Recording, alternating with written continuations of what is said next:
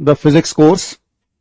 और जो है जेई मेन जेई एडवांस के लिए तुम्हारी प्रिपरेशन की शुरुआत हो रही है। 10th से तुम अभी 11th में आए हो, और हम जो है बिना ज्यादा टाइम वेस्ट किए फिजिक्स पे आते हैं। ठीक है, तो शुरुआत कर रहे हैं भाई फिजिक्स से। फिजिक्स में हम क्या पढ़ते हैं? What is physics? तो भाई physics is the study of natural phenomena and the laws governing natural phenomena. Nature में बहुत सारी अद्भुत चीजें होती हैं। सुबह सुबह जो है सनराइज होता है, सूर्योदय के वक्त सूर्य का जो रंग है वो लाल होता है, लाल से फिर ऑरेंज येलो होता जाता है। अगर बहुत ध्यान से देखा जाए तो सूर्योदय और सूर्यास्त के आसपास सूरज की जो शेप है ना, वो भी एग्जैक्टली सर्कल नहीं दिखती, थोड़ा सा वो चौड़ा दिखता है, इलिप्टिकल हल्की सी होती है। इसके अलावा और बहुत सारी चीजें वेदर में होती हैं, बादल आते हैं, बारिश होती है, रेनबो आता है, तो ये सब नेचुरल फिनोमेना है। इसके अलावा और भी बहुत सारी चीजें हैं जो फिजिक्स से गवर्न होती हैं, कि भाई जैसे हम चलते कैसे हैं, किसी चीज को हमने धक्का मारा, वो चलते चलते रुक क्यों जाती है, हम अपने हाथों को रब करते हैं, वो गर्म क्यों हो जाते हैं। बड़ी इंटरेस्टिंग चीजें। किसी बोतल को तुमने मान लो एक नल के नीचे रख दिया है, वो बोतल भर रही है, ठीक है, अब वो बोतल भर रही है, तुम उसको देख नहीं रहे हो, तुम उसकी सिर्फ आवाज सुन रहे हो। तुम उसकी आवाज सुन के ये बता सकते हो कि भाई बोतल जो है वो भरने वाली है। ऐसा होता है कि नहीं? फिजिक्स तो बहुत सारे तरह तरह के नेचुरल फिनोमेना फिजिक्स में हैं, कई सारी फिजिक्स के पार्ट्स हैं। लॉज गवर्निंग फिजिक्स के पार्ट्स की हम बात भी करेंगे। लॉज गवर्निंग द फिजिक्स, ये क्या है कि भाई देखो, जो फिजिसिस्ट हैं, साइंटिस्ट हैं, जैसे न्यूटन हुए, आइंस्टीन हुए, मैक्सवेल हुए, बहुत सारे साइंटिस्ट लोग हैं, ग्रेट पीपल। तो ये लोग क्या करते हैं? They basically observe the nature.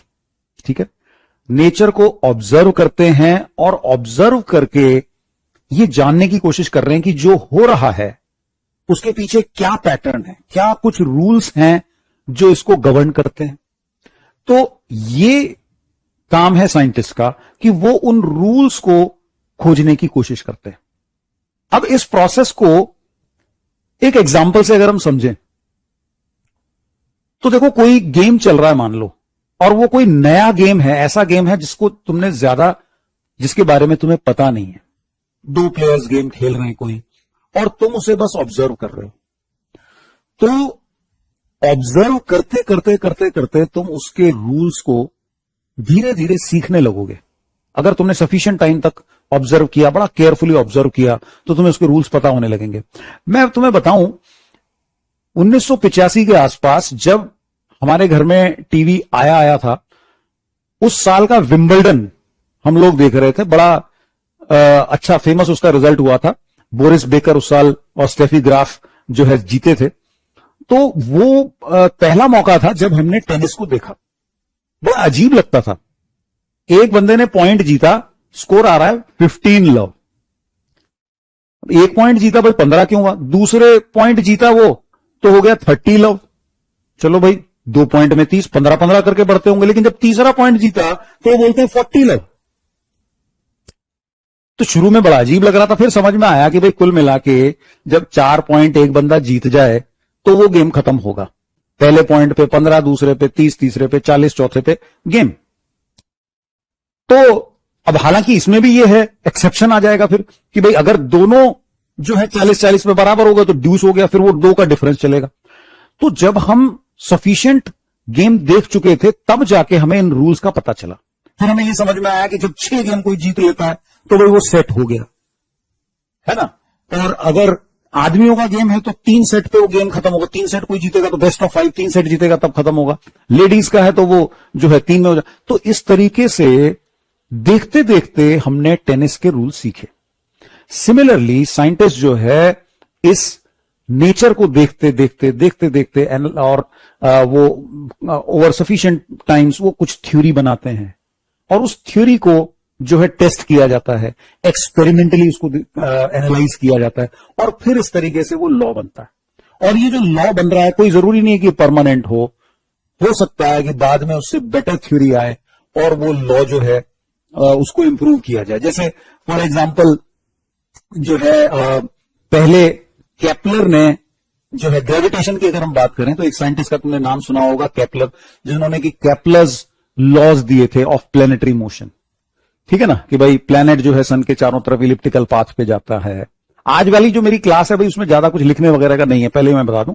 मैं बेसिकली यूं समझ लो कि फिजिक्स का ना एडवर्टाइजमेंट कर रहा हूं, फिजिक्स का प्रचार प्रसार, क्यों फिजिक्स पढ़ने में हमें मजा आना चाहिए। ठीक है, तो इसलिए जो है ज्यादा टेंशन मत लो आज की क्लास में, सिंपली सुनो आराम से, इंटरेस्टिंग बातें फिजिक्स के बारे में। टुवर्ड्स द एंड हम थोड़ा थोड़ा टॉपिक पे आएंगे, और जो हमारा पहला चैप्टर होता है यूनिट एंड डायमेंशन, हम उसकी बात करेंगे। ठीक है ना, बाद में जाते जाते। तो शुरू में भी बस सिर्फ फिजिक्स का मैं प्रचार प्रसार कर रहा हूं, बातों को सुनो और एंजॉय करो। तो हाँ, हम बात कर रहे थे केपलर की। तो केपलर ने जो है, जैसे भाई सेंटर में सन है, ठीक है, और ये जो प्लैनेट्स हैं वो इलिप्टिकल पाथ पे चलते हैं, उसका पहला रूल था। दूसरा रूल ये था कि भाई जो एक यहां से यहां अगर मैं एक लकीर खींच दूं सन से लेके प्लैनेट तक, तो ये ऐसा एक एरो मैंने बना दिया, तो ये एरो इक्वल टाइम में इक्वल एरिया कवर करेगा। ठीक है ना, जैसे मान लो यहां से यहां वो आया, ठीक है, मान लो एक महीने में प्लेनेट यहां से यहां आया, और फिर वो अगेन एक महीने में प्लेनेट जो है यहां से यहां आया, तो इसका मतलब ये एरिया और ये एरिया बराबर होंगे। अगर ये टाइम बराबर है यहां से यहां तक आने का, दोनों एक महीने हैं, तो उसके करस्पॉन्डिंग ये एरिया भी बराबर होंगे। ऐसे करके दूसरा लॉ दिया। ऐसे ही एक तीसरा लॉ था जो कि टाइम के बारे में था, कि भाई T square is proportional to a cube. ये जो इलिप्स की चौड़ाई है इस तरीके से, उसको 2a लिखते हैं। ठीक है ना, तो जो है इस तरीके से उसके लॉज थे। तो केपलर्स लॉज जो हैं वो एक ठीक है भाई, एक पर्टिकुलर सिचुएशन को डिस्क्राइब कर रहे हैं। बाद में आया न्यूटन का लॉ ऑफ ग्रेविटेशन। तो न्यूटन ने जो थ्योरी दी कि भाई दो पॉइंट्स हैं हमारे पास, दो point particles m1 and m2, ठीक है, they attract each other with equal and opposite forces F, and magnitude of this force is given by G m1 m2 by r square। ये जो थ्योरी है, इस theory को ज्यादा बेहतर माना जाता है। केपलर की थ्योरी से ये कहीं बेहतर मानी जाती है। उसका कारण क्या है कि इस थ्योरी से ये लॉज जो हैं, Kepler's laws, they can all be derived from this. And not just this, इससे हम और भी बहुत सारी नेचुरल फिनोमेना को एक्सप्लेन कर सकते हैं। फॉर एग्जाम्पल कि भाई एप्पल जो है उस पर्टिकुलर एक्सेलरेशन से क्यों गिर रहा है। न्यूटन ने एप्पल को देख के ग्रेविटी का आइडिया आया, ऐसा बोला जाता है। जो मून है वो अर्थ के चारों तरफ चक्कर क्यों काट रहा है, अर्थ पे ज्वार भाटा क्यों आता है। तो बहुत सारी चीजें हैं ग्रेविटेशन के इस कॉन्सेप्ट से, वो सब एक्सप्लेन होती है। ठीक है ना, तो और केपलर्स लॉ तो एक्सप्लेन होते ही होते हैं। ठीक है, अर्थ के बाहर हम जाते हैं तो ग्रेविटेशनल फोर्स, जो acceleration due to gravity small g है, वो कैसे चेंज होता है। अर्थ के अंदर डेप्थ पे जाते हैं तो कैसे चेंज होता है। ये सारी चीजें जो हैं बाद में हम कोर्स के दौरान सीखेंगे। जब ग्रेविटेशन वाला चैप्टर आएगा तब इसको हम बाद में सीखेंगे। वो एक्चुअली 12th में हम पढ़ाते हैं, वैसे 11th का पार्ट है लेकिन 12th में पढ़ाते हैं, क्योंकि 12th में उसको सीखना और आसान हो जाता है। ठीक है, तो अभी मैं सिर्फ तुम्हें यह बताने की कोशिश कर रहा हूं कि फिजिक्स किस तरह से प्रोग्रेस करती है। ठीक है ना, केपलर ने अपना प्रयास किया एक पर्टिकुलर सिचुएशन को एक्सप्लेन करने का, और उसमें कोई गलती नहीं थी। लेकिन बाद में न्यूटन का जो कॉन्सेप्ट है वो और जनरल निकला। उसने जो है केपलर्स लॉज को तो एक्सप्लेन किया ही, उसके अलावा और बहुत सारी चीजें, उसका जो ये जो कॉन्सेप्ट है न्यूटन का, इसको यूनिवर्सल ग्रेविटेशन बोलते हैं। ठीक है ना, वो छोटे से एप्पल से लेके और मून और प्लैनेट्स और इवन गैलेक्सीज तक वो अप्लाई होता है। ठीक है, तो ये ज्यादा जनरल है, इसलिए इसका महत्व कहीं ज्यादा है केपलर्स लॉज से। तो this is considered to be a much better theory. Okay, तो इसी तरीके से फिजिक्स के और दूसरे पार्ट हैं, थर्मल फिजिक्स, ऑप्टिक्स, इलेक्ट्रोमैग्नेटिज्म वगैरह। तो सब में जो है साइंटिस्ट ने इस तरीके से काम किया है। कुछ साइंटिस्ट एक डिस्टेंस तक थ्योरी को ले जाते हैं, कुछ इसको और आगे ले जाते हैं। Einstein by the way great name, जो आइंस्टीन की थ्योरी के हिसाब से जो न्यूटन के कॉन्सेप्ट हैं वो भी थोड़े अप्रोक्सीमेटली करेक्ट हैं, एग्जैक्ट करेक्ट नहीं है, ठीक है ना। हालांकि बहुत सारी अधिकतर सिचुएशन में ये काफी एक्यूरेट होता है, लेकिन फिर भी एग्जैक्ट नहीं है। ज्यादा एग्जैक्ट रिजल्ट हमें आइंस्टीन की थ्योरी से मिलते हैं, हालांकि वो अपने सिलेबस का पार्ट नहीं है। मैंने जस्ट अभी फिजिक्स के इंट्रोडक्शन है इसलिए मैं तुम्हें ये सारी चीजें बता रहा हूं। तो देखो, अब हम इससे थोड़ा सा जो मुद्दे की बात है उस तरफ आते हैं, ठीक है। तो देखो भाई, फिजिक्स में जैसे ये एक रिजल्ट हमने लिखा हुआ है, इस तरीके के फॉर्मूले अक्सर फिजिक्स में आते हैं। तुमने 10th क्लास में, 9th क्लास में सीखे भी होंगे, ठीक है ना। इक्वेशंस होती है जैसे v is equal to u plus a t, या इस तरीके की 3 equations of motion, s is equal to u t plus half a t square वगैरह। तो ये जो फिजिक्स के फॉर्मूले हैं, इनमें तुम देखते हो कि ये सिंबल्स आ रहे हैं, v, a, t, ठीक है ना। यहां पे f, ये मास, r, ठीक है ना। तो इस तरीके के सिंबल्स जो हैं ये क्या रिप्रेजेंट करते हैं? तो ये सिंबल्स रिप्रेजेंट करते हैं फिजिकल क्वांटिटीज। क्या रिप्रेजेंट कर रहे हैं? ये रिप्रेजेंट कर रहे हैं फिजिकल क्वांटिटीज,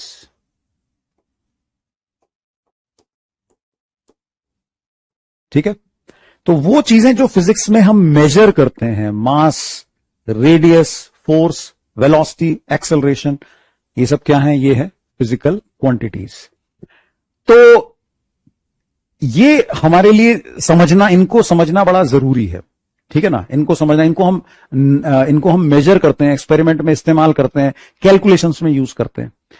तो अब देखो, फिजिकल क्वांटिटीज जो हैं पूरी फिजिक्स में बहुत सारी आएंगी, हर चैप्टर में नई फिजिकल क्वांटिटीज आती जाएंगी, ठीक है ना। तो इसलिए उनके बारे में कुछ कॉमन चीजें अगर हम शुरू से सीख लें तो हमारे लिए आगे के लिए बड़ा फायदेमंद होगा, ठीक है ना। चलो अगले पेज पे चलते हैं। अब देखो, जो फिजिकल क्वांटिटीज की मैंने बताया कि तादाद बहुत ज्यादा है, by the end of entire syllabus शायद वो 100 भी क्रॉस कर जाए हमारे 11th-12th के सिलेबस में। तो उसको थोड़ा सा ऑर्गेनाइज करना, उसको थोड़ा सिस्टमैटिक वे में समझना हमारे लिए बड़ा महत्वपूर्ण है। अब ये जो फिजिकल क्वांटिटीज हैं भाई, इनमें से कुछ क्वांटिटीज जो हैं उनको कहा गया है फंडामेंटल क्वांटिटीज, और उनकी कुछ यूनिट्स हैं जिनको जो है फंडामेंटल यूनिट्स बोला जाता है, ठीक है ना। Fundamental quantities and their units, और जो यूनिट्स के लिए एक सिस्टम भी है जिसको बोला जाता है SI system, standard international system, ठीक है।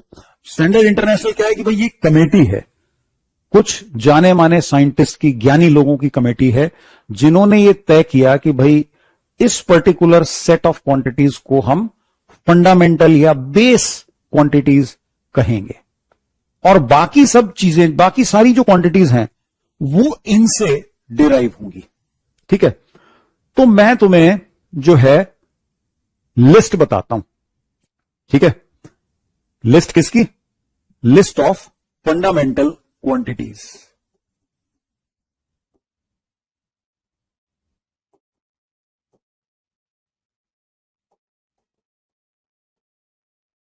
तो list of fundamental quantities and their SI units.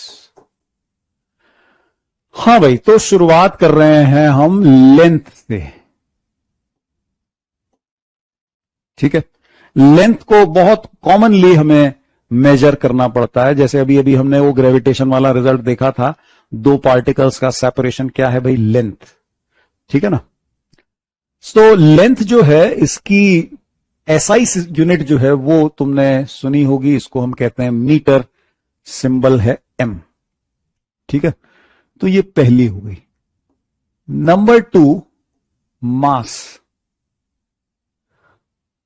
मास के लिए यूनिट होती है भाई किलोग्राम, केजी, ठीक है। कोई चीज जो है उसमें कितना इनर्शिया है, mass is a measure of inertia. तो मास में, उसको हमें वेट से कंफ्यूज नहीं होना चाहिए, करना चाहिए।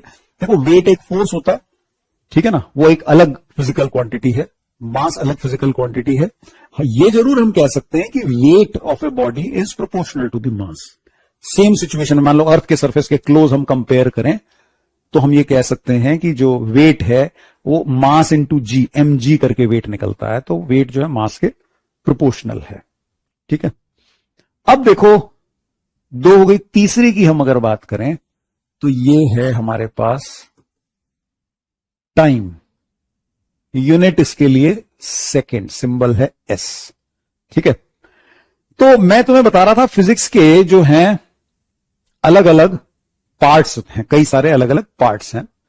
तो एक जो सबसे मेजर पार्ट फिजिक्स का है, पर्टिकुलरली क्लास 11th का, वो पार्ट है, उसका नाम है मैकेनिक्स। तो ये जो तीनों फिजिकल क्वांटिटीज हैं, पूरी मैकेनिक्स के लिए ये काफी है। ठीक है भाई, जो फिजिक्स का मैकेनिक्स वाला पार्ट है उसमें हमारा इन तीन क्वांटिटी से काम चल जाता है आराम से। हालांकि क्वांटिटीज और बहुत सारी हो सकती है, जैसे वेलोसिटी है भाई, एक्सेलरेशन है, फोर्स है, मोमेंटम है। तो जो भी क्वांटिटीज हैं वो सब इन तीनों से ना रिलेटेड है, इन तीनों से उनको हम रिलेट कर सकते हैं। वो क्या रिलेशन है वो भी हम एक एक करके सीखेंगे। ये तीनों जो है फंडामेंटल क्वांटिटीज या बेस क्वांटिटीज हैं for mechanics part of physics. Okay, अच्छा, लिस्ट को आगे बढ़ाते हैं। मैकेनिक्स से अगर हम आगे चलें तो भाई एक पार्ट होता है थर्मल फिजिक्स का।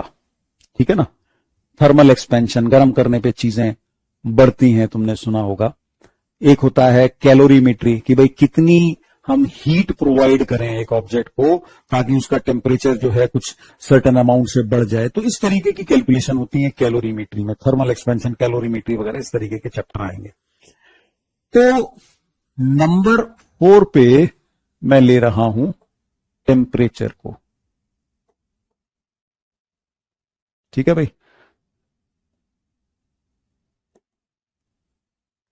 सो टेम्परेचर के लिए ऐसा यूनिट है केल्विन।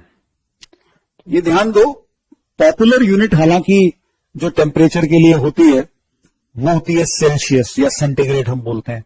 ठीक है ना, इसके अलावा ब्रिटिश सिस्टम में फ़ारेनहाइट भी चलता है।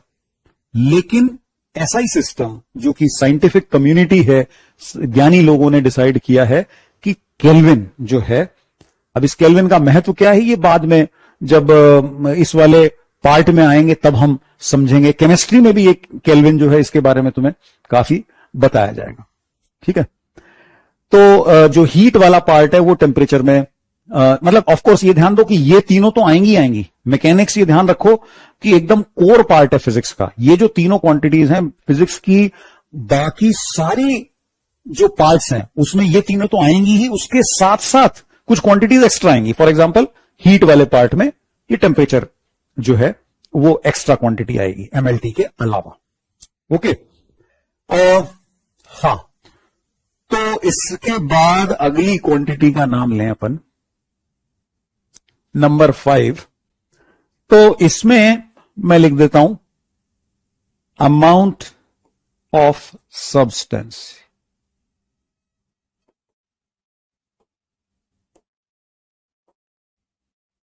अमाउंट ऑफ सब्सटेंस, इसके लिए यूनिट होती है भाई मोल। ठीक है, एमओएल ही पूरा है तो सिर्फ सिंबल में एमओएल लिखा जाता है, अमाउंट ऑफ सब्सटेंस। एक पार्ट है फिजिक्स का, बल्कि वो फिजिक्स में और फिजिकल केमिस्ट्री में कॉमन है। ठीक है ना, वो तुमको अवस्थी सर भी पढ़ाएंगे। वो पार्ट है थर्मोडायनेमिक्स, राइट। तो थर्मोडायनेमिक्स में तुम्हें ऊपर वाली 4 क्वांटिटीज के साथ साथ मोल की भी जरूरत पड़ेगी, अमाउंट ऑफ सब्सटेंस इसकी भी जरूरत पड़ेगी। तो थर्मोडायनेमिक्स की प्रॉब्लम्स में ये पांचों का इस्तेमाल होता है। ठीक है भाई, ये ऊपर वाले 3 तो मैकेनिक्स। मैकेनिक्स में जो चैप्टर है भाई द वे वो कौन से हैं? काइनेमैटिक्स से शुरू होगा, kinematics, Newton's laws of motion, friction, circular motion, work energy power, centre of mass, rotation. तो काफी बड़ा पार्ट है मैकेनिक्स। हीट वाला पार्ट और थर्मोडायनेमिक्स वाला पार्ट उसके रिलेटिवली छोटे पार्ट है, उनकी वेटेज कम होती है। ठीक है ना, टाइम भी उसमें कम लगेगा। तो ठीक है भाई, ये हीट के लिए आ गया, ये आ गया थर्मोडायनेमिक्स के लिए। उसके बाद छठी फिजिकल क्वांटिटी की हम बात करें जो कि फंडामेंटल क्वांटिटी में शामिल है, वो होता है भाई इलेक्ट्रिक करंट। ठीक है ना। तो इलेक्ट्रिक करंट यूनिट है भाई इसके लिए एम्पियर। ठीक है ना, इलेक्ट्रिक करंट की ऐसा यूनिट है एम्पियर। अब ये आएगा जब हम 12th में सीखेंगे इलेक्ट्रोमैग्नेटिज्म वाला पार्ट। जैसे 11th क्लास में मैकेनिक्स बड़ा पार्ट है, वैसे ही 12th में मेजर पार्ट होता है भाई इलेक्ट्रोमैग्नेटिज्म का। और उस इलेक्ट्रोमैग्नेटिज्म में काफी सारे चैप्टर होंगे, इलेक्ट्रोस्टैटिक से लेते हुए अल्टीमेटली मैग्नेटिज्म और लास्ट में electromagnetic induction, current, electricity, capacitor वगैरह कई सारे चैप्टर होते। तो वो सब जो हैं एमएलटी के अलावा करंट, बस 3 ये और छठा ये, इन सब से जो है उसमें हमारा काम चल जाता है। मैं ये नहीं कह रहा कि उसमें सिर्फ ये 4 ही फिजिकल क्वांटिटीज होंगी, फिजिकल क्वांटिटीज तो बहुत सारी होंगी, लेकिन इन 4 से ही रिलेटेड बाकी सारी फिजिकल क्वांटिटी आएंगी। ठीक है ना, इलेक्ट्रोमैग्नेटिज्म में। तो इनके चलो साथ साथ में नाम लिख देता हूं। ये मैंने लिखा हीट के लिए, तो इसमें 3+ ये आ जाएगा, और ये वाला जो है थर्मोडायनेमिक्स, और ये वाला इलेक्ट्रोमैग्नेटिज्म 12th क्लास में आएगा। ठीक है, 6 हो गई, एक और बची है सातवीं क्वांटिटी जो है वो है luminous intensity. Luminous intensity unit ऐसा यूनिट होती है भाई कैंडेला, सीडी। ठीक है, ल्यूमिनस इंटेंसिटी की हम ज्यादा चर्चा नहीं करेंगे, इसलिए नहीं करेंगे क्योंकि ये अपने सिलेबस में नहीं है। तो अपने सिलेबस के हिसाब से हमें ये इस लिस्ट की 1 से लेकर 6 तक जो क्वांटिटीज हैं, ये हमारे लिए बेस क्वांटिटीज या फंडामेंटल क्वांटिटीज हैं। इसके अलावा जो भी दूसरी क्वांटिटीज आएंगी उनको हम क्या कहेंगे, उनको हम कहेंगे डिराइव्ड क्वांटिटीज, क्योंकि वो इन सब पे डिपेंडेंट है, वो इन सब से डिराइव की जाती है। ठीक है भाई।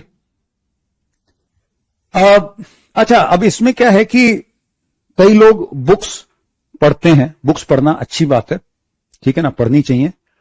एनसीईआरटी की किताब या एचसी वर्मा वाली किताब, वो तो कम से कम दोनों तुम्हारे पास होनी चाहिए, उनको रीड भी करना चाहिए। लेकिन क्या है, एक चीज मैं तुम्हें बता दूं, जब तुम पहले चैप्टर को, इस वाले चैप्टर को रीड करना शुरू करोगे तो क्या होगा कि तुम्हें ये जो एसआई सिस्टम की यूनिट्स जो हैं, by the way SI system में मैं ये भी बता दूं कि पहले सिर्फ ये 3 का जो सिस्टम, सिर्फ इन 3 का भी एक सिस्टम बोला जाता है, उसको एमकेएस सिस्टम भी बोलते हैं, metre kilogram second, MKS system भी उसको कहते हैं। और इन तीनों के लिए एक डिफरेंट यूनिट्स वाला सिस्टम भी तुमने सुना होगा जिसको सीजीएस सिस्टम बोलते हैं, सेंटीमीटर, ग्राम, जी फॉर ग्राम और एस फॉर सेकेंड, सीजीएस। तो सेंटीमीटर, ग्राम, सेकेंड वाला सिस्टम सीजीएस होता है।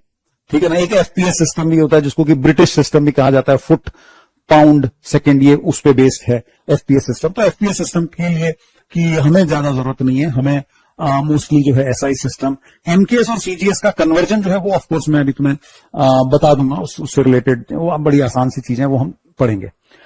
ठीक है ना। तो भाई ये जो है क्वांटिटीज हमारी पूरे एसआई सिस्टम की हो गई। सात ये लिस्ट की कंप्लीट लिस्ट है जिसमें से 7वीं हमारे काम की नहीं है। अब इसमें हम ये समझते हैं कि भाई ये क्वांटिटीज जो हैं और डिराइव्ड क्वांटिटीज कैसे ये लिंक होती हैं, या डिराइव क्वांटिटी है तो उसकी यूनिट कैसे निकलेगी, उस वाली चीज पे आते हैं। डिराइव्ड क्वांटिटी के एग्जांपल्स क्या हैं, ठीक है ना, वो हमें देखना है। तो डिराइव क्वांटिटी पे जाने से पहले एक काम हम और करेंगे। देखो, इनके अलावा ना 2 यूनिट्स ऐसी हैं जो कहलाती हैं सप्लीमेंट्री यूनिट्स। वो ऐसी यूनिट्स हैं जिनकी हमें जरूरत पड़ जाती है, हालांकि उसको बेस यूनिट की कैटेगरी में नहीं रखते हैं, लेकिन उन पे भी कई डिराइव्ड क्वांटिटीज में उनका भी इस्तेमाल होता है। ठीक है। तो सप्लीमेंट्री यूनिट्स क्या है? सप्लीमेंट्री यूनिट सिर्फ 2 ही हैं। पहली है भाई एंगल, ठीक है। तो ये बात कर रहे हैं हम सप्लीमेंट्री यूनिट्स की, सप्लीमेंट्री यूनिट्स की। तो एंगल यूनिट नहीं है, एंगल है फिजिकल क्वांटिटी। इसकी जो यूनिट है, एंगल की यूनिट क्या होती है भाई? डिग्री कॉमनली तुमने सुना होगा, लेकिन जो हम यहां सप्लीमेंट्री यूनिट की बात कर रहे हैं वो है रेडियन, ठीक है। तो सिंबल में हम इसको सिर्फ RAD करके लिख सकते हैं, पूरा नाम रेडियन है। तो एंगल की यूनिट रेडियन तुम में से कुछ लोगों को पता है, लेकिन सभी लोगों को नहीं पता है। तो रेडियन क्या है ये मैं साथ साथ बता दूं, ठीक है भाई। देखो, एंगल जो है वो हम ऐसे समझ सकते हैं कि किसी सर्कल का ना एक पार्ट लिया हमने, सर्कल के पार्ट को हम क्या बोल सकते हैं? आर्क, ठीक है, सर्कुलर आर्क। तो ये सर्कल का हमने एक पार्ट लिया और ये उसके करस्पॉन्डिंग एंगल है, ठीक है ना। तो अब ये जो सर्कुलर आर्क है और ये जो एंगल है, तुम सोचो कि मैं इस लाइन को फिक्स रख के इस लाइन को और थोड़ा दूर लेता जाऊं, तो ये एंगल बढ़ रहा है और ये सर्कुलर आर्क भी बढ़ रहा है। दरअसल ये दोनों रिलेटेड है, ये दोनों एक दूसरे के प्रोपोर्शनल हैं, ठीक है ना। एंगल जो है उसकी इनफैक्ट एक डेफिनेशन है, और वो डेफिनेशन ये कहती है कि ये लेंथ, आर्क लेंथ, इस सर्कल के इस पार्ट की लेंथ, और ये अगर है रेडियस सर्कल का, ठीक है ना, then the angle theta is equal to L by R। Angle theta is equal to length of the arc divided by the radius of circle. ये एंगल के लिए एक फॉर्मूला है, ठीक है ना। बहुत से लोगों को हो सकता है ये अवेयरनेस ना हो, तो ये एंगल के लिए एक फॉर्मूला है जो कि हमारे लिए बड़ा यूजफुल होगा फिजिक्स को पढ़ते हुए। और जब भी थीटा को तुम इस फॉर्मूले से निकालोगे तो उस एंगल की यूनिट क्या बोलोगे? उसकी यूनिट तुम बोलोगे radian. So radian is a unit of angle, degree is also a unit of angle. अब अगर दोनों चीजें एक ही फिजिकल क्वांटिटी की यूनिट हैं तो आपस में वो कैसे रिलेटेड होंगी? आपस में उनमें कोई ना कोई रिलेशन होगा, ठीक है ना। क्या रिलेशन है, कैसे वो आपस में रिलेटेड है, ये पता लगाने की कोशिश करते हैं। अगर मैं पूरा का पूरा सर्कल ही ले लूं, ठीक है, अपने एंगल में पूरा सर्कल ही शामिल कर लिया मैंने, तो इस फॉर्मूले के हिसाब से थीटा कितना बन रहा है? पूरे सर्कल की लेंथ कितनी होती है भाई? सर्कमफ्रेंस पता है सबको, 2 पाई r डिवाइडेड बाय हमने r किया, तो हमें क्या मिल रहा है? Theta is equal to 2 pi radians, ये मिल रहा है। डिग्री में ये एंगल कितना होता है जानते हो तुम लोग? Complete circle is how much? 360 degrees, 360 degrees. तो इसका मतलब 1 रेडियन, अब यहां पे 2 कैंसिल हो जाएगा, क्यों भाई, है ना।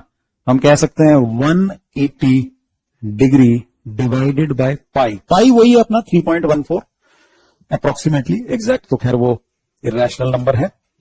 तो रेडियन और डिग्री में ये रिलेशन है भाई, 1 radian is equal to 180 degree by pi. अगर पाई की जगह मैं 3 लेता, अप्रोक्सीमेटली मान लो एक बार 3 ले लिया मैंने, तो ये 60 डिग्री आ रहा है। एक्चुअली ये 3 से ज्यादा होता है, इसका मतलब ये रेशियो जो है 60 से थोड़ा कम होगा, करीब 57 डिग्री के आसपास ये होता है, फिर अप्रोक्सीमेटली 57 डिग्रीज का होता है एक रेडियन। तो 1 रेडियन जो है वो मतलब डिग्रीज के टर्म्स में काफी बड़ा हो गया, 57 डिग्री के आसपास का 1 रेडियन होता है, ठीक है ना। इसके अलावा थोड़ी सी प्रैक्टिस कर ले अगर इसकी हम रेडियन वाली, रेडियन से रिलेटेड, तो लेट्स से अगर मैं बात करूं कि भाई एक राइट एंगल है, ठीक है ना, तो ये कितने रेडियन का होगा बता सकते हो? फटाफट, इजी है, बहुत इजी भाई। देखो 90 डिग्री का मतलब हो गया सर्कल का कौन सा हिस्सा? क्वार्टर सर्कल, है कि नहीं। अब क्वार्टर सर्कल बोले तो सर्कमफ्रेंस का 1/4, 2 पाई r बाय 4, ये हो गई तुम्हारे पास आर्क लेंथ, ठीक है, तो आर्क लेंथ अपॉन रेडियस कितना हो जाएगा, इससे ये कैंसिल हो रहा है, आर्क लेंथ अपॉन रेडियस हो जाएगा π/2, L/R is equal to π/2. So this is your angle in terms of radian, इतने रेडियन. और डिग्री में कितना होता है, ऑफकोर्स तुम जानते हो, राइट एंगल इज 90 डिग्री. ठीक है, so π/2 radian is same as 90 degree. ठीक है ना. वैसे ये तुम इस वाले रिजल्ट से भी जो है निकाल सकते हो भाई, 80 डिग्री जो है 180 डिग्री अगर पाई रेडियन हो रहा है तो 90 डिग्री कितना होगा, π/2 होगा.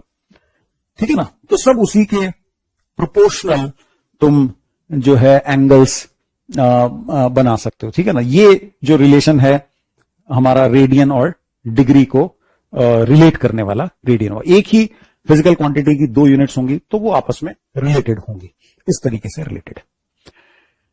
तो भाई ये हमने एक सप्लीमेंट्री यूनिट सीखी है, यूनिट का नाम है रेडियन, उसकी करस्पॉन्डिंग फिजिकल क्वांटिटी है एंगल.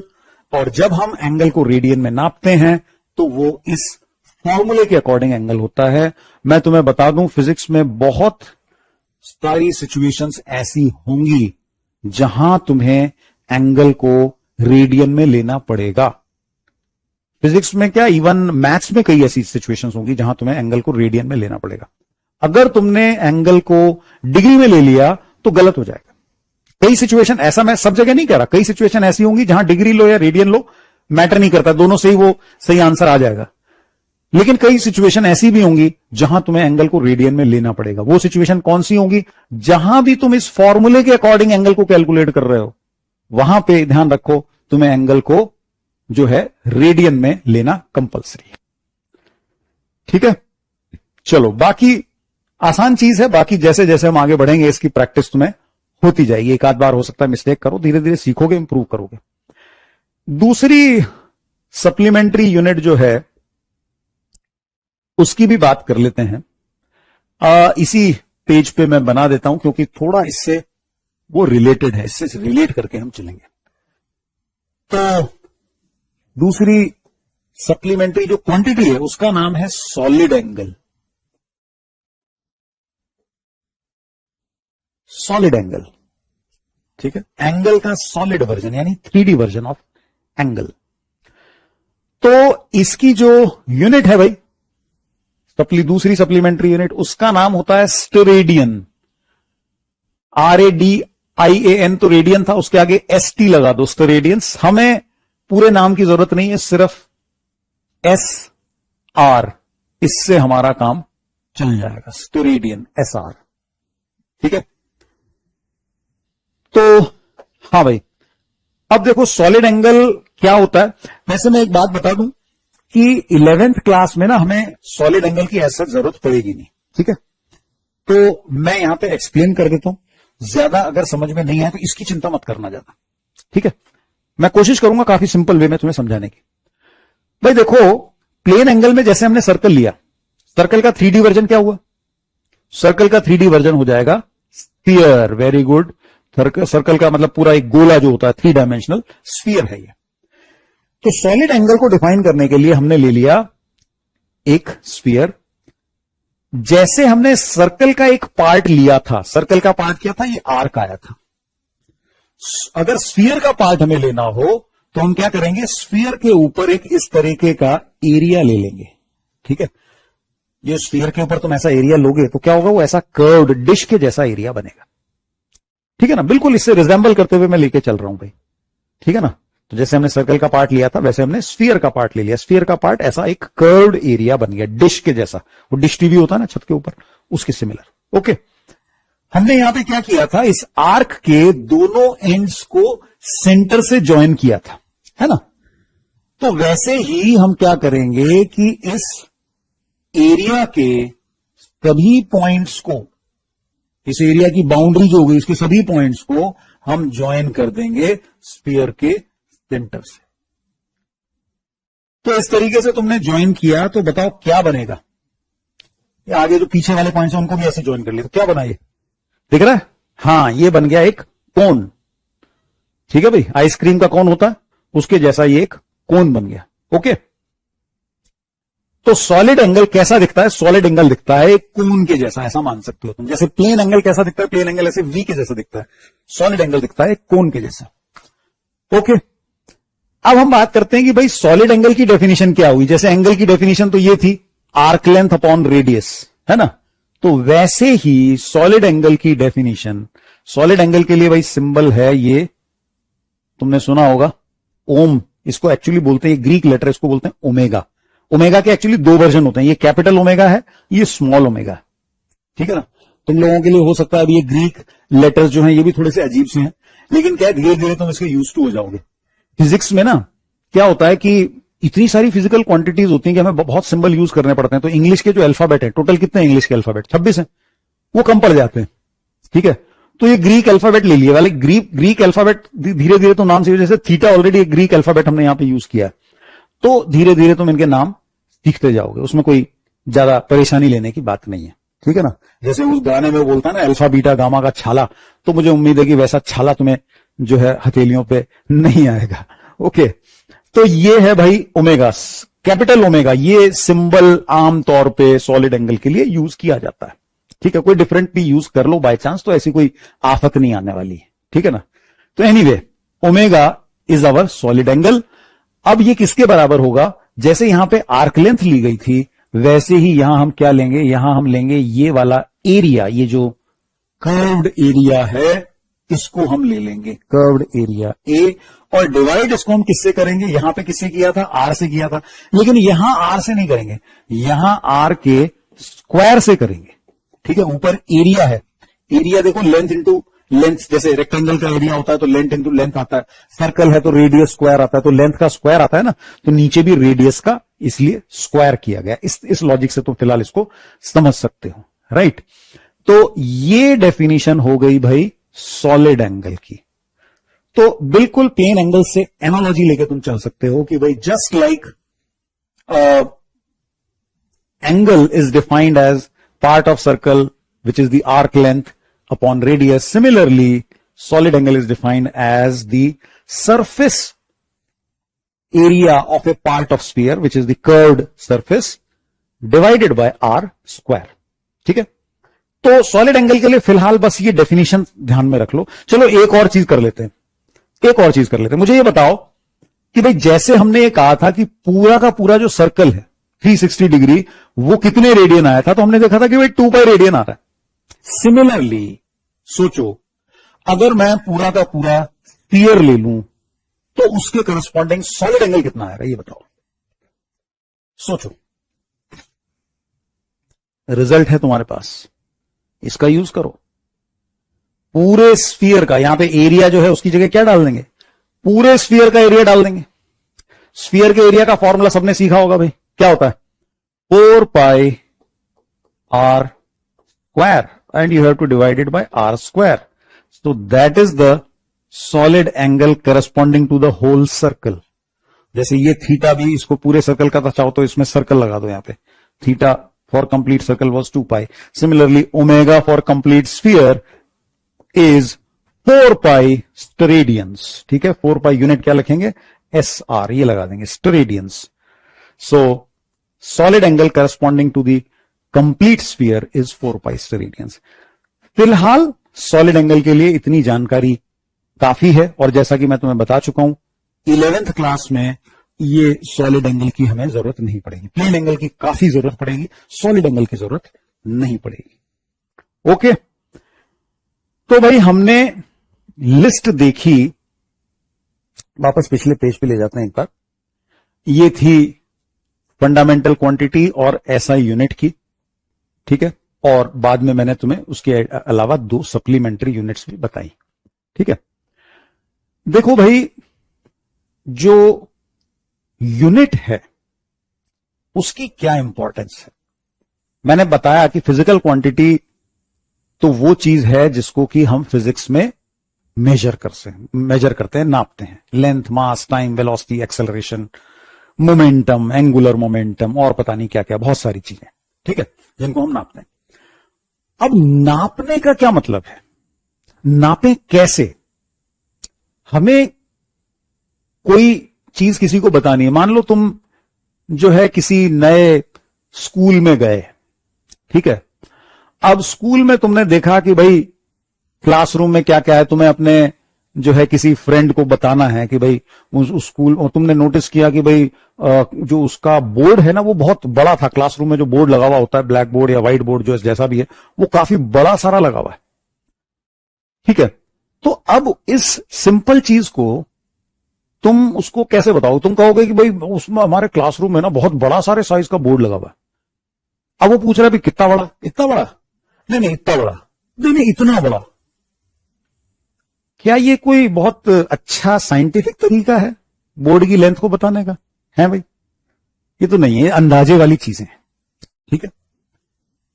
तो फिर इससे बेटर अप्रोच क्या हो सकती है? एक अप्रोच ये हो सकती है कि भाई तुम उसको ऐसे करके नापने लग जाओ, ठीक है ना। अपने कदमों से मान लो, यहां से एक तरफ से चलना शुरू किया, 1 2 3 4 या 5 6 7 8, मान लो 8 कदम तक आया हो।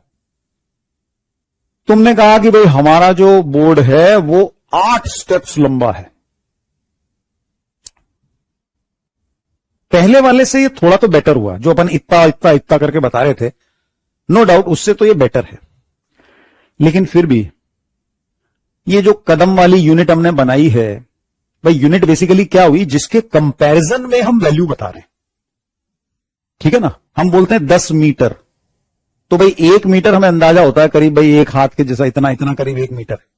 अब 1 मीटर है तो उससे 10 गुना मान लो, तो अंदाजा है। तो यूनिट का पर्पस ये है कि जिसके कंपैरिजन में ना हम उस चीज की वैल्यू बताते हैं कि वो कितनी है क्वांटिटी, राइट। मास भी हो सकता है, 1 किलो का बाट है भाई, ठीक है ना। 5 किलो का बाट है, वो 5 किलो का बाट जो है उसमें 1 किलो वाले 5 आ जाएंगे। 1 किलो आलू लेके आए, 2 किलो लाओगे डबल आएंगे, 5 किलो लाओगे तो 5 गुना आ जाएंगे, है कि नहीं। तो 1 किलो का अंदाजा होता है लोगों को भी इतना है, तो 5 किलो का मतलब उससे 5 गुना भारी होगा ये चीज, 5 गुना तादाद होगी उसमें आलूओं की, ओके। तो यूनिट का पर्पस ये है जिसके कंपैरिजन करके हम वैल्यू को बताते हैं। अब जो हम बात कर रहे थे कि भाई बोर्ड की लंबाई हमने इस तरीके से नापी और कुछ 8 कदम आ गई वो, सपोज किसी केस में, ठीक है।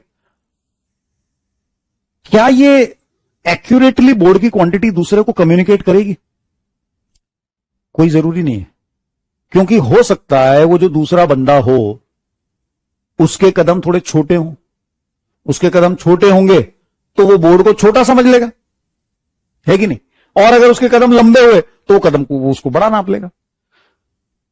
तो कदम जो है यानी लेंथ ऑफ ए स्टेप, ये यूनिट तो है लेंथ की, लेकिन ये कोई अच्छी यूनिट नहीं है, ठीक है ना।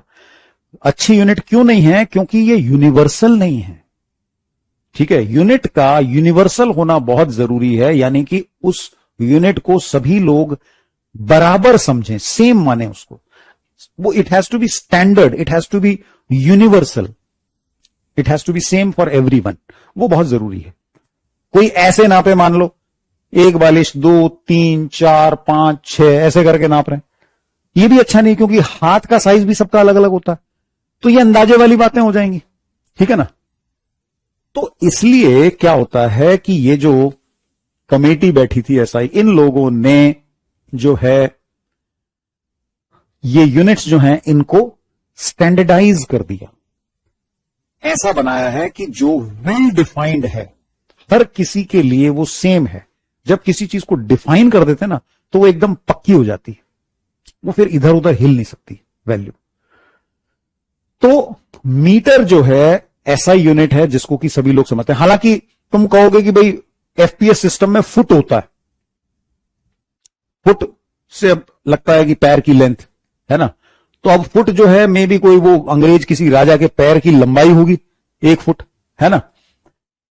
तो वो बात तो सही है, ठीक है भाई, पैर की लंबाई हो गई 1 फुट, लेकिन सबके पैरों की लंबाई तो अलग अलग होती है।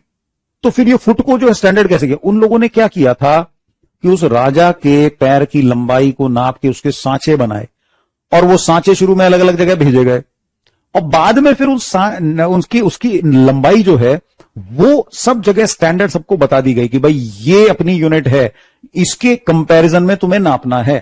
बाद में लोगों को अगर छोटी की जरूरत पड़ी कि भाई हमें तो छोटी लेंथ पड़ रही है, अब ये 1/3 और 1/4 फुट जो है वो कैसे बताएं। तो उन लोगों ने कहा कि भाई ठीक है, छोटी यूनिट ले लो, इंच। ठीक है ना, फुट का 12वां हिस्सा इंच हो गया। तो इस तरीके से उन्होंने छोटी यूनिट बना दी। तो फुट और इंच में वो जो है डिस्टेंसेस बनाते रहे। हालांकि और बड़ी यूनिट की जरूरत पड़ी तो यार्ड बना लिया, 3 फुट का 1 यार्ड, या माइल हो गया। तो इस तरीके से और कई सारी यूनिट बनाई गई। ठीक है ना। तो ये तो ब्रिटिश सिस्टम है जिसमें फैक्टर अलग अलग हो जाते हैं। भाई इंच से फुट के लिए 12 का हो गया, फुट से यार्ड के लिए 3 का फैक्टर लग गया, 3 फुट का 1 यार्ड, इस तरीके से। ये ऐसा ही सिस्टम जो है, इसको ना कई बार ये मीट्रिक सिस्टम भी बोलते हैं। मीटर किलोग्राम वाले जो सिस्टम को मीट्रिक सिस्टम भी बोला जाता है। तो इसमें क्या है, फैक्टर सब 10, 100, 1000 इस तरीके के चलते हैं। ठीक है। तो इसलिए क्या है कि ये बड़ा कन्वीनियंट है, याद वगैरह रखने के काम झंझट इसमें ज्यादा नहीं है। ठीक है। तो जो है, तो अब देखो, मैं तुम्हें यूनिट की खूबियां बता रहा था कि किसी अच्छी यूनिट में क्या होना चाहिए। It has to be universal, it has to be standard, it has to be known to everyone, सब लोगों को लिए पता हो। तो राजा का फुट का सांचा जो है, या जो भी उसकी लेंथ आ रही थी, सब उसी को लेके फुट मान रहे थे। तो कहीं कोई झगड़ा वगैरह नहीं होता था। अगर मान लो छोटा बड़ा पैर होता तो लोगों में झगड़ा हो जाए कि भैया तूने जो कपड़े की लेंथ है वो तो 4 फुट बोली थी, मेरे यहां पे तो 3.5 फुट ही निकल रही है। ठीक है ना। तो ऐसा झगड़ा नहीं होता है जब यूनिट को स्टैंडर्डाइज कर दिया जाए। ठीक है। तो ये सारी भाई स्टैंडर्ड यूनिट है। इनकी डेफिनेशंस अगर तुम चाहो तो बुक से रीड कर सकते हो। जो मैं बुक की बात कर रहा था, बुक जो रीड करते हैं, तो बुक में तुम देखोगे इनकी तुम्हें डेफिनेशन मिल जाएंगी। लेकिन मैं एक बात बता दूं कि फिलहाल वो डेफिनेशंस, इनमें से हो सकता है कुछ एक डेफिनेशंस तुम्हें समझ में आए, सारी डेफिनेशंस तुम्हें अभी समझ में नहीं आएंगी। ठीक है ना। और उनको जो है उस पर ज्यादा उसका लोड मत लेना कि ये समझ में नहीं आ रही। ठीक है। क्यों? क्योंकि वो जो चीजें हैं वो बड़े साइंटिस्ट ने डिफाइन की हैं, जिनको की सारी चीजों का नॉलेज था। ठीक है। तो वो डेफिनेशन तुम इंटरेस्ट के लिए पढ़ सकते हो। उसको कोई ऐसे पूछेगा नहीं तुमसे ज्यादा। ठीक है ना। और न ही अभी तुम्हें उनको समझने की जरूरत है। ठीक है। As a matter of fact बस पता होना चाहिए भाई ये फिजिकल क्वांटिटीज हैं, ये इनकी लिस्ट है, और ये सारी जो यूनिट्स हैं, यूनिट की क्या खास बात है वो हमने देखी।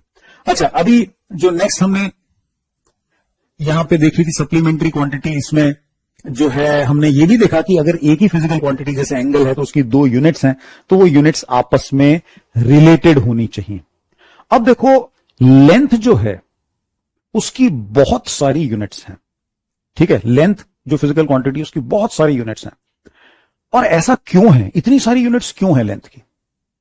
उसका कारण यह है कि जो फिजिक्स का स्कोप है ना, वो बड़ा वाइड है। छोटे से छोटा और बड़े से बड़ा, मैं तुम्हें अंदाजा देता हूं थोड़ा, बड़ी इंटरेस्टिंग चीजें हैं। छोटा तुम सोचो तो क्या, एटम। ठीक है ना। उससे भी सोचो, छोटा सोचो, न्यूक्लियस। न्यूक्लियस का जो साइज है भाई, size of a nucleus is about 10 to the power -15 metre. जबकि एटम का साइज जो है वो पता है कितना होता है? वो होता है 10 टू द पावर -10 मीटर। ठीक है। तो एटम का साइज न्यूक्लियस के साइज से 1 लाख गुना हो गया। 10 to the power 5, 10 to the power 5 बोले तो 1 लाख हो गया भाई, है कि नहीं? तो हम एटम को छोटा सोचते हैं, हम अपने साइज से कंपेयर कर रहे हैं भाई, तो हमें छोटा लग रहा है। लेकिन न्यूक्लियस से तो बहुत बड़ा है, न्यूक्लियस से तो 1 लाख गुना बड़ा हो गया। ठीक है ना। तो देखो, इन पे बेस्ड यूनिट्स हैं। ठीक है। जो एटम का 10 टू द पावर -10 मीटर है, तुमने सुना होगा, ये होता है एंगस्ट्रॉम। ये 10 टू द पावर -15 जो इसको बोलते हैं फर्मी या फेम्टोमीटर, ऐसे भी बोला जाता है, फर्मी या फेम्टोमीटर। तो ये इतनी छोटी यूनिट्स हैं। ठीक है। जो ह्यूमन साइज है वो 1 मीटर है। ऐसा ही यूनिट जो है ह्यूमन, हमारी जो लंबाई देखें, मैं ये नहीं कह रहा कि सबकी लंबाई 1 मीटर होती है। ऑर्डर ऑफ मैग्नीट्यूड, जैसे जो है किसी की हाइट मान लो 6 फुट है, 6 फुट हाइट है तो 1.8 मीटर का होता है 6 फुट। ठीक है ना। मीटर के मतलब उसी ऑर्डर की है, उसी ऑर्डर ऑफ मैग्नीट्यूड की वो। ये नहीं कि वो 10 गुना 100 गुना हो गया मीटर से, तो फिर ऑर्डर ऑफ मैग्नीट्यूड चेंज हो जाता है। ठीक है। तो ऑर्डर ऑफ मैग्नीट्यूड, जैसे अगर हम एटम के साइज का बोले तो order of magnitude 10 to the power -10 metre, nucleus का size 10 to the power -15 metre, human size 1 metre. Okay. अच्छा, तो बाय द वे 1 मीटर की हम बात कर रहे हैं, ठीक है ना, तो उस पे ना कई स्टैंडर्ड फैक्टर्स होते हैं, वो हम सीख लेते हैं, ठीक है। जैसे तुमने सुना होगा कि भाई एक होता है मिलीमीटर, मिली बोले तो 10⁻³ एक्चुअली मेरे को ना यहां पे मीटर नहीं लिखना है, मीटर को छोड़ो, सिर्फ मिली है ये, ओके। तो सिर्फ मिली मैंने लिखा, तो ये 10⁻³ हुआ। एक होता है भाई सेंटी, 10⁻²। एक्चुअली क्या है, सेंटी और मिली जो है ये कोई जरूरी नहीं कि मीटर के आगे ही लगे, ये किलो, ये ग्राम के आगे भी लग सकते हैं। You can have centigram, you can have milligram, होता ही है मिलीग्राम। इनफैक्ट मिली सेकेंड भी होता है, 10⁻³ सेकेंड। तो ये जो मिली है भाई, एम फॉर मिली, ठीक है, इसका स्टैंडर्ड मतलब है 10⁻³ चाहे ये मीटर के आगे लगे, चाहे ये सेकंड के आगे लगे, चाहे ये ग्राम के आगे लगे, चाहे ये न्यूटन के आगे लगे। मिली न्यूटन, न्यूटन तुमने सुना होगा फोर्स की यूनिट, ठीक है। तो सेंटी 10⁻⁻, एक होता है डेसी 10⁻⁻1 डेसी, ठीक है। एक होता है इससे ऊपर पॉजिटिव पावर में जाए तो एक होता है 10⁻1 देखें तो डेका, ठीक है। 100 10⁻² जाओ तो हेक्टो, ठीक है ना, हेक्टो। ये क्या था, डेका, इस तरीके से। किलो, किलो तो बहुत कॉमन है 10⁻3, ठीक है ना। किलो बाइट वगैरह भी होते हैं कंप्यूटर में, लेकिन वो थोड़ा सा अलग होता है, वो क्या बाइनरी सिस्टम में चलता है ना, तो वो 1024 होता है किलो बाइट। पर खैर हम कंप्यूटर वाला पार्ट नहीं पढ़ रहे भाई, तो उससे कंफ्यूज मत करना। हमारे लिए फिजिक्स पढ़ रहे हैं, किलो का मतलब 10⁻³ रहेगा। 1000 किलोग्राम हो सकता है, किलोमीटर हो सकता है, ठीक है ना। तो ये हो गया। और ऊपर जाएं तो एक होता है भाई मेगा, ठीक है, मेगा होता है 10⁻6। मेगा से ऊपर होता है गीगा 10⁻9, ठीक है। इतना काफी, इससे ऊपर भी कुछ कुछ होते होंगे, उसकी हमें चिंता करने की जरूरत नहीं। नीचे आते हैं, 10⁻⁻6 होता है, इसको बोलते हैं माइक्रो, ठीक है भाई, म्यू लिखा हुआ, ये भी ग्रीक लेटर आ गया म्यू, तो ये क्या हुआ, माइक्रो, MICRO, माइक्रो, ठीक है। 10⁻⁻9 nano, small n, nano, nano, ठीक है भाई। तो इतने, ये सब क्या है, इनको हम बोलते हैं प्रीफिक्सेस। किलो, मेगा, गीगा ये मैंने लिखे नहीं है, ये लो ये भी लिख देता हूं, किलो, मेगा एंड गीगा। वैसे ये सब किताब में मिल जाएंगे, तुम HCV देखोगे तो उसमें भी मिल जाएंगे, ठीक है। इससे ऊपर नीचे भी दिए होंगे, हालांकि उनकी अपने को कोई खास जरूरत है नहीं, ठीक है भाई। तो these are, what are these are prefixes, prefixes. तो ये किसी भी यूनिट के ना, प्री का मतलब पहले, पहले अटैच कर दिए जाते हैं, और उससे वो यूनिट जो है एक दूसरी यूनिट में कन्वर्ट हो जाती है। मीटर के आगे तुमने लगा दिया मिली, तो बन गया मिलीमीटर, यानी कि छोटा। मीटर तो इतना बड़ा होता है, और मिलीमीटर तुमने देखा होगा स्केल का सबसे छोटा वाला डिवीजन जो होता है आमतौर पे, जो नॉर्मल फुट्टा होता है अपना, सेंटीमीटर का 1/10वां हिस्सा, वो हुआ हमारा मिली। एक मैंने छोड़ क्यों दिया, इसको भी लिख देता हूं, लो सेंटी, सेंटी मत हो, सेंटी को भी नाम लिख दिया मैंने, ओके। तो हाँ भाई,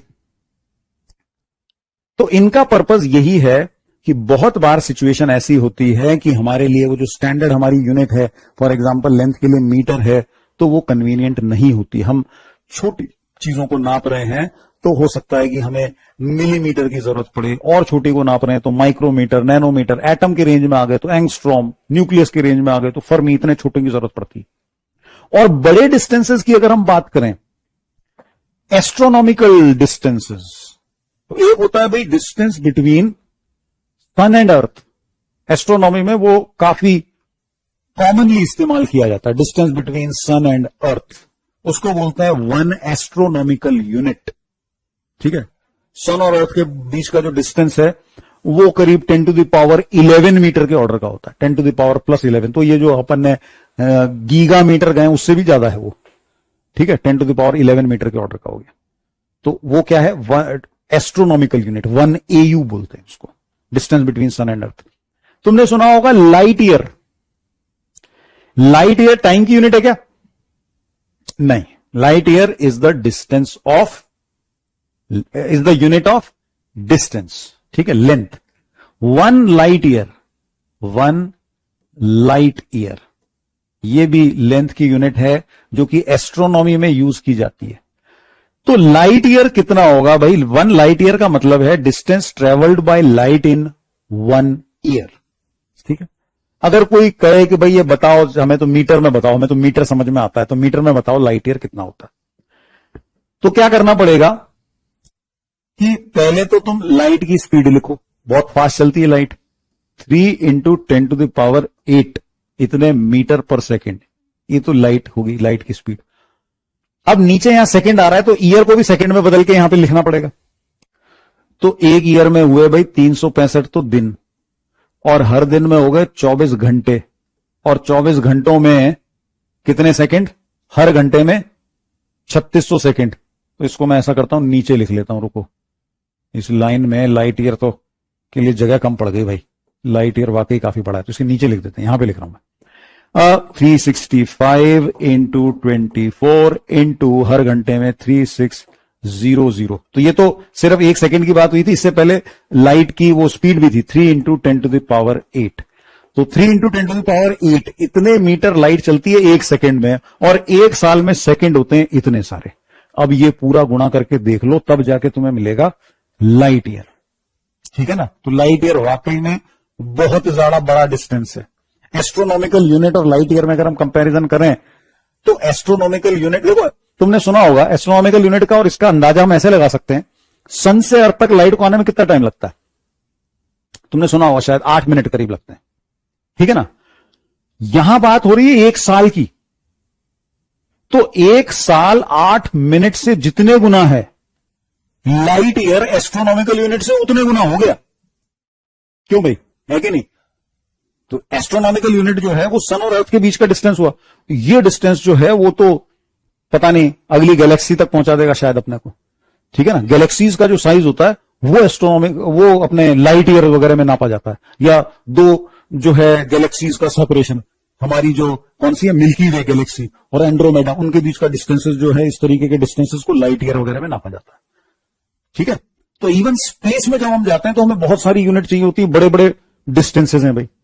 तो ये जो एक ही क्वांटिटी की अलग अलग यूनिट्स हैं, ठीक है ना, क्यों होती हैं? क्योंकि लेंथ के एग्जांपल से हम समझ सकते हैं, क्योंकि फिजिक्स में ऐसी सिचुएशंस आती हैं, छोटे से छोटा न्यूक्लियस का साइज और बड़ा का तो कोई अंत ही नहीं है। स्पेस में तुम चले गए तो भैया लाइट ईयर, और कई बार तो वो मिलियंस ऑफ लाइट ईयर्स वगैरह में भी बात करते हैं, ठीक है ना। एस्ट्रोनॉमी में लोगों को इस तरीके से बात करते हुए सुना है कि भाई वो वाला स्टार तो बहुत पास है, it is just 50 light years away, ऐसे बोल देते हैं कैजुअली, 50 लाइट ईयर्स, कमाल है भाई, ठीक है ना। क्यों? क्योंकि उनके सामने और भी बड़े बड़े डिस्टेंसेस होते हैं, वो मिलियंस ऑफ लाइट ईयर्स में भी बात करते हैं, ठीक है। तो इसलिए एक ही क्वांटिटी की बहुत वैरायटी की यूनिट हो सकती है। अब मैं तुम्हें एक और चीज बताता हूं, फिजिक्स में कभी भी अगर ऐसा आए कि भाई वो चीज बहुत बड़ी है, तो ये समझ जाओ कि ये इसको बताने से हमें कुछ नहीं मिला, इस स्टेटमेंट से हमें कुछ नहीं मिला कि अगर हमें एक चीज बोल दिया गया कि ये चीज बहुत बड़ी है, ये स्टेटमेंट का कोई यूज नहीं है। क्यों यूज नहीं है? और अगर इसको यूजफुल बनाना है तो क्या करना पड़ेगा?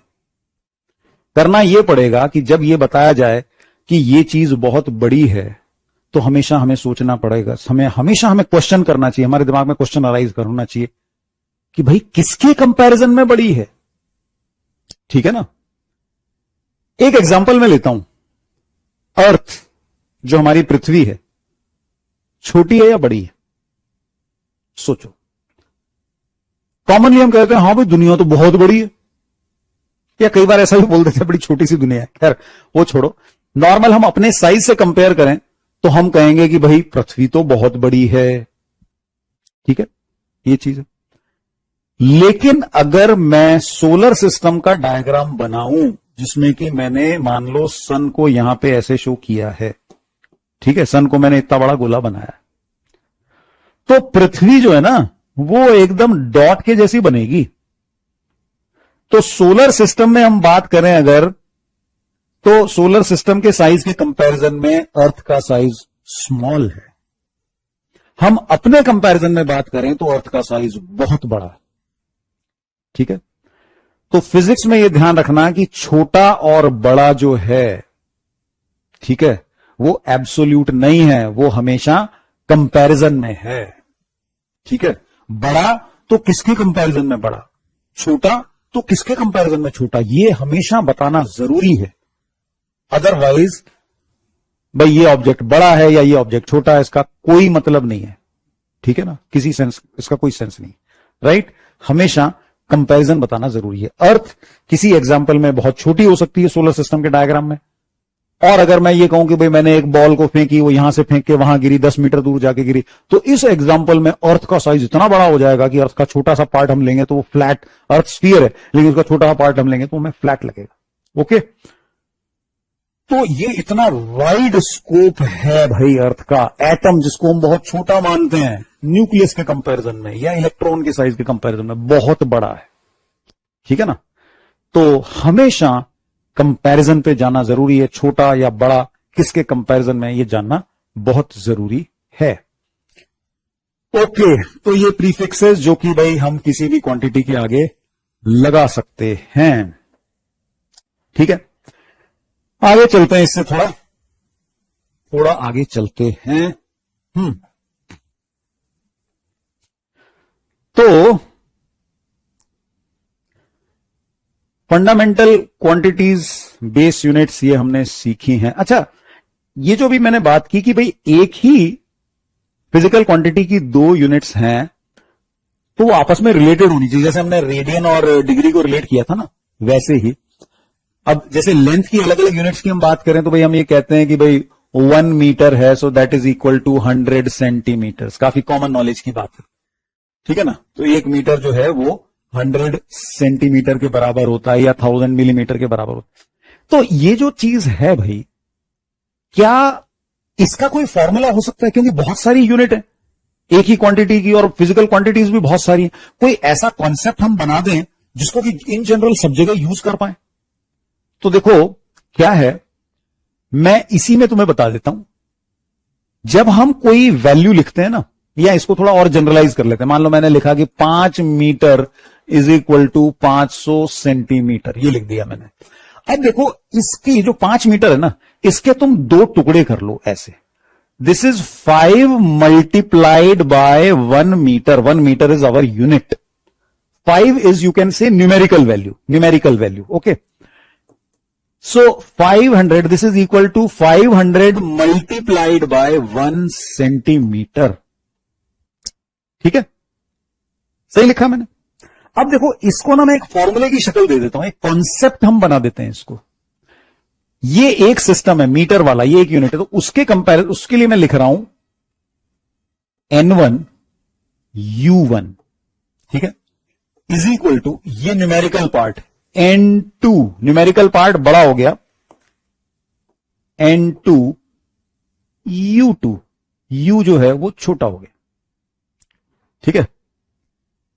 N1 U1 is equal to N2 U2। N1 मैंने लिखा 5 की जगह, U1 मैंने लिखा 1 मीटर की जगह, N2 न्यूमेरिकल पार्ट यहां पे 500, U2 1 सेंटीमीटर। तो अगर यूनिट छोटी है तो करस्पॉन्डिंग न्यूमेरिकल पार्ट बड़ा होगा, ठीक है। यहां पे यूनिट बड़ी थी, करस्पॉन्डिंग न्यूमेरिकल पार्ट छोटा है। तो ये एक बड़ा इंपॉर्टेंट कॉन्सेप्ट है, ठीक है ना। इससे तुम इजीली दो यूनिट्स को कंपेयर कर सकते हो। एक से दूसरी यूनिट में जो है किसी वैल्यू को हमें बताना है एक की बजाय दूसरी यूनिट में, तो उसको हम बता सकते हैं। ये सारी चीजें, ठीक है ना। जैसे मान लो हम वो रेडियन की बात कर रहे थे, ठीक है ना। एक रेडियन या पाई रेडियन अगर हम ले लें, pi radian was equal to 180 degree, तो बताओ रेडियन बड़ा हुआ कि डिग्री? यहां पे इस रिजल्ट से अगर हम चलते हैं तो पाई जो है वो न्यूमेरिकल पार्ट है भाई n1, और इसमें यहां पे ये न्यूमेरिकल पार्ट आ रहा है n2, तो n2 बड़ा है भाई, 180 बड़ा है, पाई तो 3.14 छोटा हो गया, ठीक है ना। तो इसका मतलब ये वाली जो यूनिट है radian, this is a bigger unit U1, और ये डिग्री जो है स्मॉल यूनिट U2, छोटा बना दिया मैंने इसको, ओके। ये तो एक ही वैल्यू को हम अगर दो अलग अलग यूनिट्स में में एक्सप्रेस कर रहे हैं, सेम चीज को, भाई ये चाहे मैं 5 मीटर बोलूं चाहे 500 सेंटीमीटर बोलूं, एक ही बात है ना। तो इसमें यह ध्यान रखो कि अगर यूनिट बड़ी होगी तो करस्पॉन्डिंग न्यूमेरिकल पार्ट छोटा होगा, ठीक है ना, क्योंकि ये इक्वालिटी है, दो चीजों को हम मल्टीप्लाई कर रहे हैं, unit multiplied by numerical value is the quantity that we are expressing, ठीक है ना। तो अब ये इक्वालिटी तभी होल्ड करेगी जब अगर यूनिट बड़ी होगी तो न्यूमेरिकल पार्ट करस्पॉन्डिंगली छोटा होगा, तो वो इस छोटे से रिजल्ट में एक्सप्रेस हो जाता है, ठीक है ना। तो इसको तुम जो है लाइक बहुत सी सिचुएशंस में यूज कर सकते हो। जैसे एक ना बड़ा कॉमन यूनिट है भाई, हम बात करें अगर वेलोसिटी की, ठीक है ना, तो वेलोसिटी के लिए ना एसआई सिस्टम में यूनिट क्या होगी भाई? एसआई सिस्टम में मीटर होता है और टाइम की जगह सेकंड होता है, ठीक है ना। तो एक यूनिट है ऐसा, इसकी मीटर पर सेकंड, और ना स्पीड की एक बड़ी कॉमन यूनिट ये भी होती है, क्या होती है? Kilometre per our. जैसे कॉमनली गाड़ियों में जो स्पीडोमीटर होता है वो क्या स्पीड बताता है? 60 kilometre per our, 70 kilometre per our, है ना। तो वेलोसिटी की ये दो कॉमन यूनिट हैं भाई, मीटर पर सेकंड और एक है किलोग्राम प्रति घंटा, ठीक है। इनका आपस में क्या कंपैरिजन है? कौन सी यूनिट बड़ी है, कौन सी छोटी है, ये हम मान लो पता लगाना चाहते हैं, ठीक है ना। तो क्या कर सकते हैं कि भाई लेट से मैं इससे स्टार्ट करता हूं, इससे इसमें कन्वर्ट करना आसान रहेगा। मान लो हमें कोई स्पीड दी गई, लेट अस से 60 किलोमीटर, 72 किलोमीटर पर आवर ले लिया मैंने, 72 किलोमीटर पर आवर। इसको मान लो हमें मीटर पर सेकंड में कन्वर्ट करना है भाई, ठीक है। तो मैं पूरे स्टेप्स डिटेल में बता देता हूं, आसान क्वेश्चन है, तुम्हें से बहुत से लोगों को आता होगा, पर मैं इसके स्टेप्स डिटेल में बता देता हूं ताकि तुम्हें इसमें क्लैरिटी रहे, ओके। तो इसको हम क्या कर रहे हैं, इसको हम लिख रहे हैं 72 multiplied by 1 kilometre divided by 1 hour. आराम से ऐसे लिख लो, ठीक है, किलोमीटर पर आवर आराम से ऐसे लिख लो। उसके बाद 1 किलोमीटर को अपनी करस्पॉन्डिंग किस में कन्वर्ट करना चाहते हैं? मीटर में। तो 72 मल्टीप्लाइड बाय 1 किलोमीटर हो गया 1000 मीटर। 1 आवर को सेकेंड में कन्वर्ट करना है भाई, 3600 सेकेंड, ठीक है। अब इसको सिंप्लीफाई कर लो तो ये तुम्हें मीटर पर सेकेंड में वैल्यू मिल जाएगी। तो जो भी करस्पॉन्डिंग यूनिट का कन्वर्जन है वो वहां पे पुट कर दो, ठीक है। 1 किलोमीटर 1000 मीटर, वही न्यूमेरिकल पार्ट यहां पे बड़ा हो गया, 1 की जगह 1000 आ गया, यूनिट जिस फैक्टर से छोटी हुई वही चीज चल रही है, ओके। तो भाई ये 2 जीरो कैंसिल कर दिया, 36 से इसको कैंसिल कर दिया, तो 72 2 हो गया, कितना बन गया भाई? 20 मीटर पर सेकेंड। तो 72 kilometre per hour is equal to 20 metre per second. मुझे यह बताओ वेलोसिटी की कौन सी यूनिट बड़ी है, किलोमीटर पर आवर बड़ा है या मीटर पर सेकेंड? सोच लिया भाई? देखो ये न्यूमेरिकल पार्ट है और ये है यूनिट N1 U1, ये N2 और ये U2, ठीक है।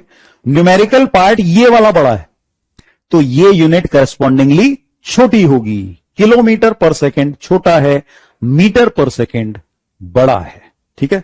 एग्जैक्ट क्या रिलेशन है वो इस 20 को इसके नीचे ले आओ। चलो 1 मीटर पर सेकेंड हम लिखना चाहें कि भाई कितने किलोमीटर पर आवर के बराबर होता है, तो इस 72 बाय 20 आ जाएगा किलोमीटर पर आवर, ठीक है। तो ये कितना हो गया भाई? 3.6 हो गया।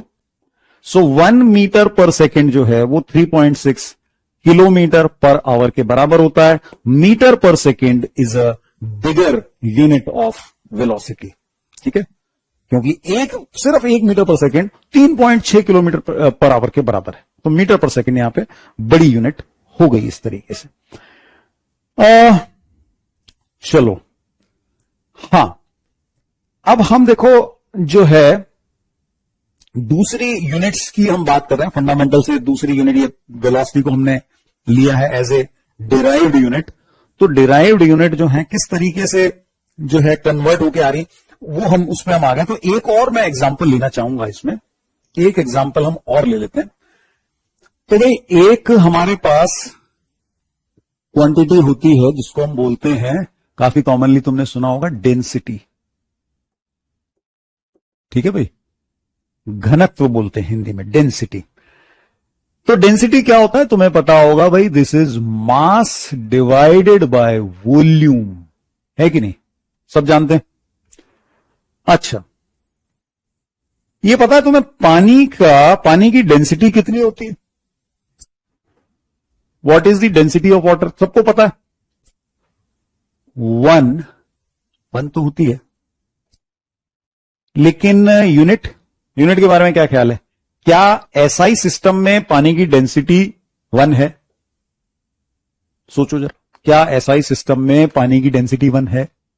नहीं, 1 ये जो है ये सीजीएस सिस्टम है, 1 ग्राम, ठीक है, पर सेंटीमीटर क्यूब। ग्राम मास की यूनिट, वॉल्यूम की unit centimetre cube, CGS system में। क्या एसआई सिस्टम में भी सेम वैल्यू होगी? एसआई सिस्टम बोले तो एमकेएस सिस्टम, जो एमकेएस का ही एक्सटेंशन एसआई सिस्टम है, मीटर किलोग्राम सेकंड जिसमें आ रहे हैं, क्या उसमें भी ये सेम वैल्यू होगी?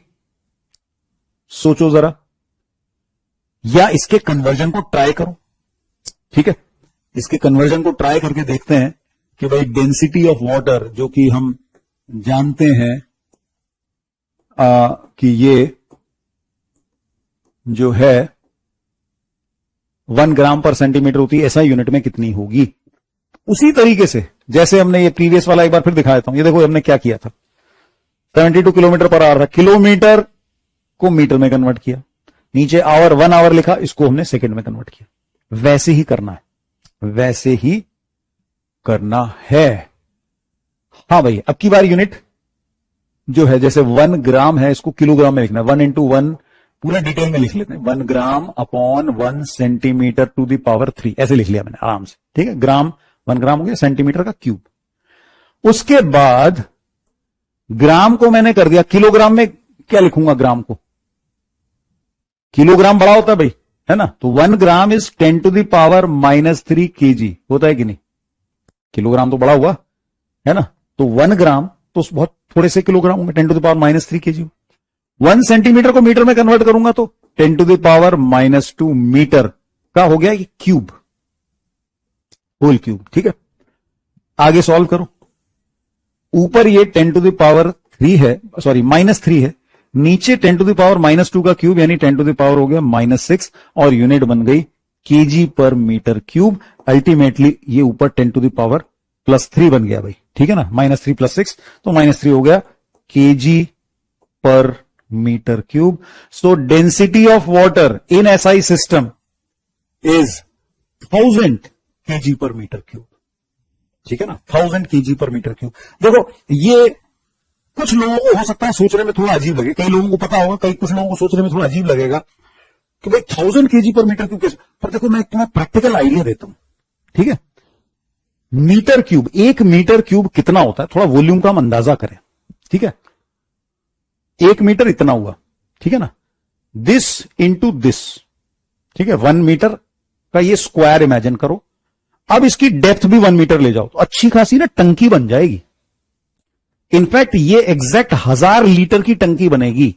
1 मीटर 1 मीटर 1 मीटर तुमने कर दिया तो 1000 लीटर की टंकी बनेगी, और 1 लीटर पानी 1 किलोग्राम का होता है, तो ये 1000 किलोग्राम हो गया। हुआ कि नहीं? प्रैक्टिकल बात बताई मैंने, ये तो हम कैलकुलेशन कर रहे थे, कैलकुलेशन से जो बात आई है उसको हमें कंपेयर कर लेना चाहिए प्रैक्टिकली, ठीक है ना, कि भाई डज इट मेक सेंस, मेरा जो अंदाजा है वो कहीं गड़बड़ तो नहीं है, कहीं गलत तो नहीं हो रहा, ठीक है। तो ये आगे फिजिक्स में भी जब हम पढ़ेंगे ना, कोई फॉर्मूला वगैरह भी डिराइव करेंगे, तो हमेशा मेरा ये एक रहता है एफर्ट कि ना हम पुराने अपने नॉलेज से जो नया रिजल्ट हमने डिराइव किया, नए नए वाले रिजल्ट जो हमने डिराइव किया, वो पुराने से रिलेट हो रहा है कि नहीं, कनेक्ट हो रहा है कि नहीं। तो ये कनेक्शन हमें देखते रहना चाहिए। देखो आज की दुनिया में ना ये स्किल जानना बड़ा जरूरी है।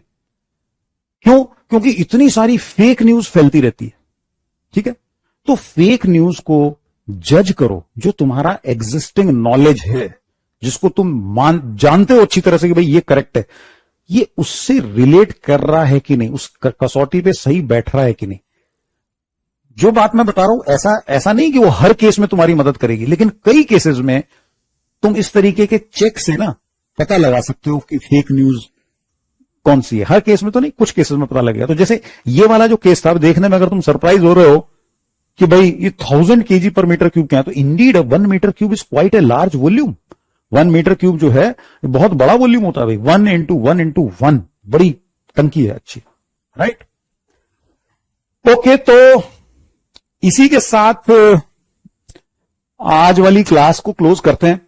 हल्का फुल्का लेक्चर था, ठीक है ना, शुरू का पार्ट है फिजिक्स का, तो अभी ज्यादा लोड नहीं है। होमवर्क कोई फॉर्मल होमवर्क मैं नहीं दे रहा हूं अभी, ठीक है ना।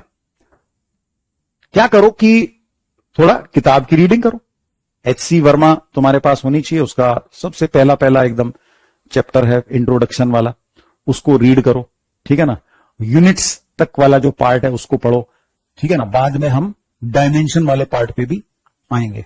नेक्स्ट क्लास में डायमेंशन वाला पार्ट शुरू हो जाएगा, फिर डायमेंशन के क्या जो है एप्लीकेशंस होते हैं, उस सब चीजों की हम चर्चा करेंगे, राइट। तो इसी तरीके से फिजिक्स